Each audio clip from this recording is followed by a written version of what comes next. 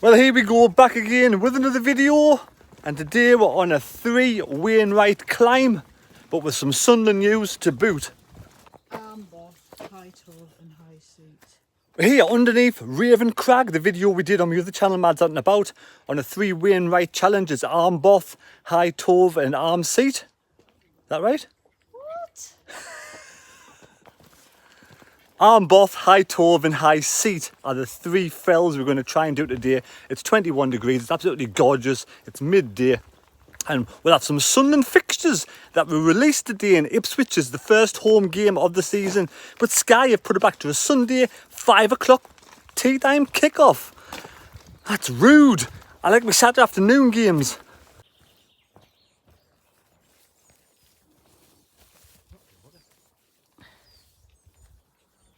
Yeah. Some size boulders, them.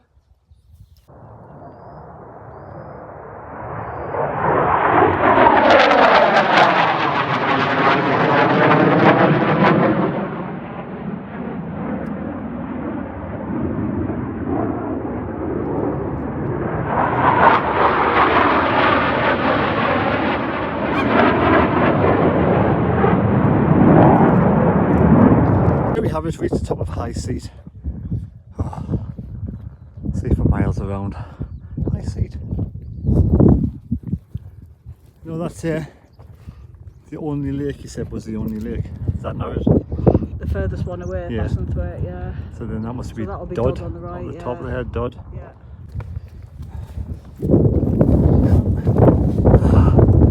There we have it. Fuck. Top of arm buff. Oh, armpit. High seat, high trove, and then arm buff. 3 fells in one day, but it was a good walk to get here. That was going to be a good walk to get back home. So here we go back again with another video, and yes, today we're going to talk about the opening games of the season for Sunderland and also Ross Stewart contract.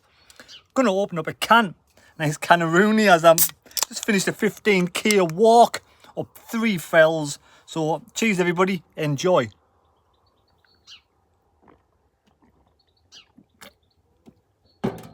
Right, so we'll move on to first Ross Stewart talks now. Christian Speakman has been speaking about Ross Stewart. This is what he has to say. And we'll get your opinions on the comments after I give you my thoughts. Ross Stewart's contract and injury recovery update issued by Sunderland Sporting Director. Sunderland Sporting Director has given an injury and contract update on Ross Stewart. Christian Speakman says that he remains really optimistic that Sunderland can reach an agreement over a new long-term contract for Ross Stewart as the Scot closes in on return to fitness. That sounds really optimistic, really happy with that. Stewart has not played for Sunderland since suffering a major Achilles rupture in the FA Cup third round tie against Fulham. He's now entering the final year of his contract. You know, he did sign until, I think it was January 2021. But we did that extension, didn't we? The extension. The Scot has been a huge success on Wearside and managed 11 goals in just 17 appearances during his first injury-hit campaign in the Championship. Speakman at the Foundational Light fixture release breakfast on Thursday morning. Speakman confirmed the 26-year-old is making good progress in his recovery, but is unlikely to be fully fit for the beginning of the Championship campaign. Wow. Sunderland will face Ipswich Town, like we've talked about, at the Stadium of Light on Sunday the 6th of August. Is it 5 p.m. that is?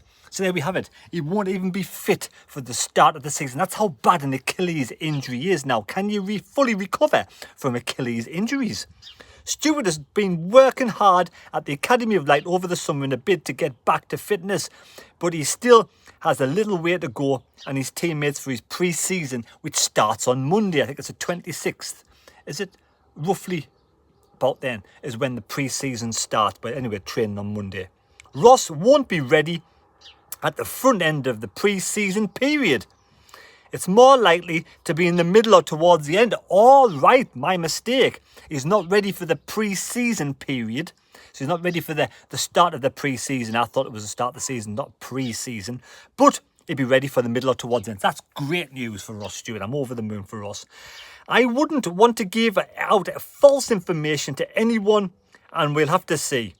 But that means we would doubt whether he will be ready for the start of the season. So yes, obviously there's a long way to go, a lot of fitness to build up in the pre-season again. So he probably won't be ready for the Ipswich game, as I've already said. Oh, I don't even know what I'm talking about half the time, but I need a drink.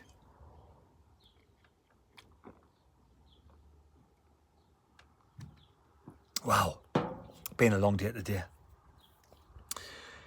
All the injured players have been working really hard over the summer with the medical staff. There we go. Sunderland have been in dialogue with Stewart over a new deal for some time before his injury in January, and the sporting director said that those talks will continue.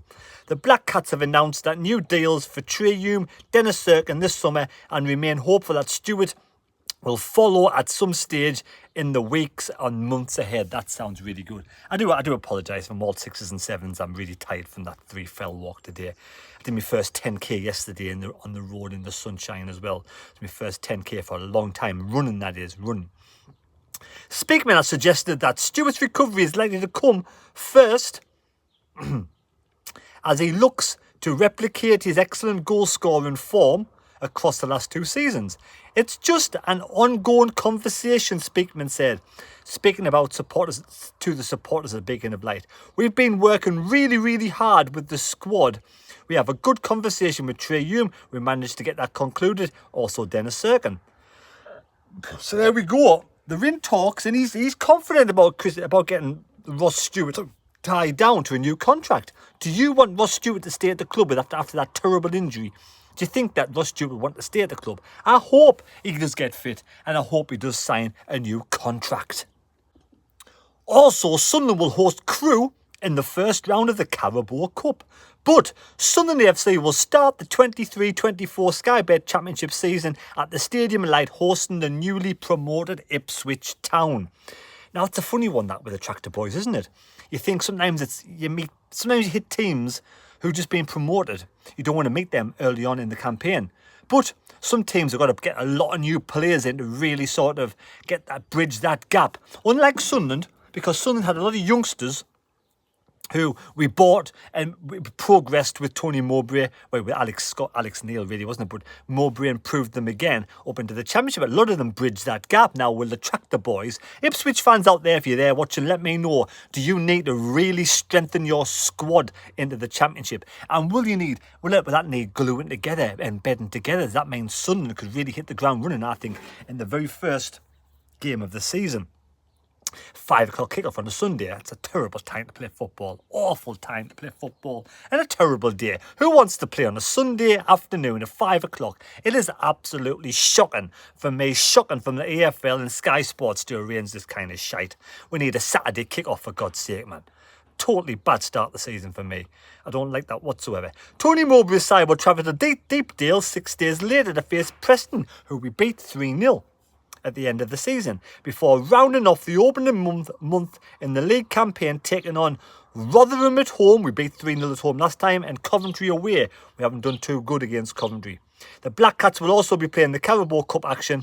I think it is Monday, or the week commencing Monday the 7th of August. We said Crewe is that team. Now let's look at the games, the fixtures. Ipswich at home. I'm feeling that we really could go and get... What we need to do this season, we need to really look at our home form. Our home form has been absolutely shite. Let's make no bones about it. The home form has been terrible last season. It was one of the worst seasons we've had at home. We need to really change this big style. Let's start off at the start of the season and really bounce out, really come up the traps and really take on Ipswich. I think we can go and beat Ipswich 2 or 3-0. That's just I think 3 points on the opening day would be great. Now, Preston away. Preston, again, have a good side.